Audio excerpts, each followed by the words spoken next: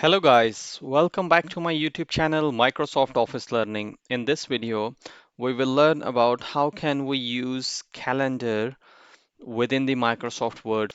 There is a shortcut way of inserting the calendar template within the Microsoft Word as well. The shortcut key to insert calendar is Alt F N Alt Fn, and if you want to insert the snapshot calendar, the shortcut key Alt Fn M1. So it will select the snapshot calendar, again enter.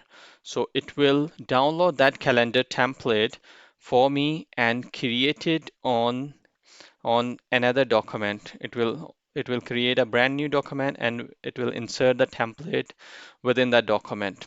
So the shortcut key is Alt F N M1. So this is how you can insert the calendar. You can change the formatting, change the style, and shortcut key to apply the calendar as well. Hit the like button if you like this video and make sure to subscribe my channel.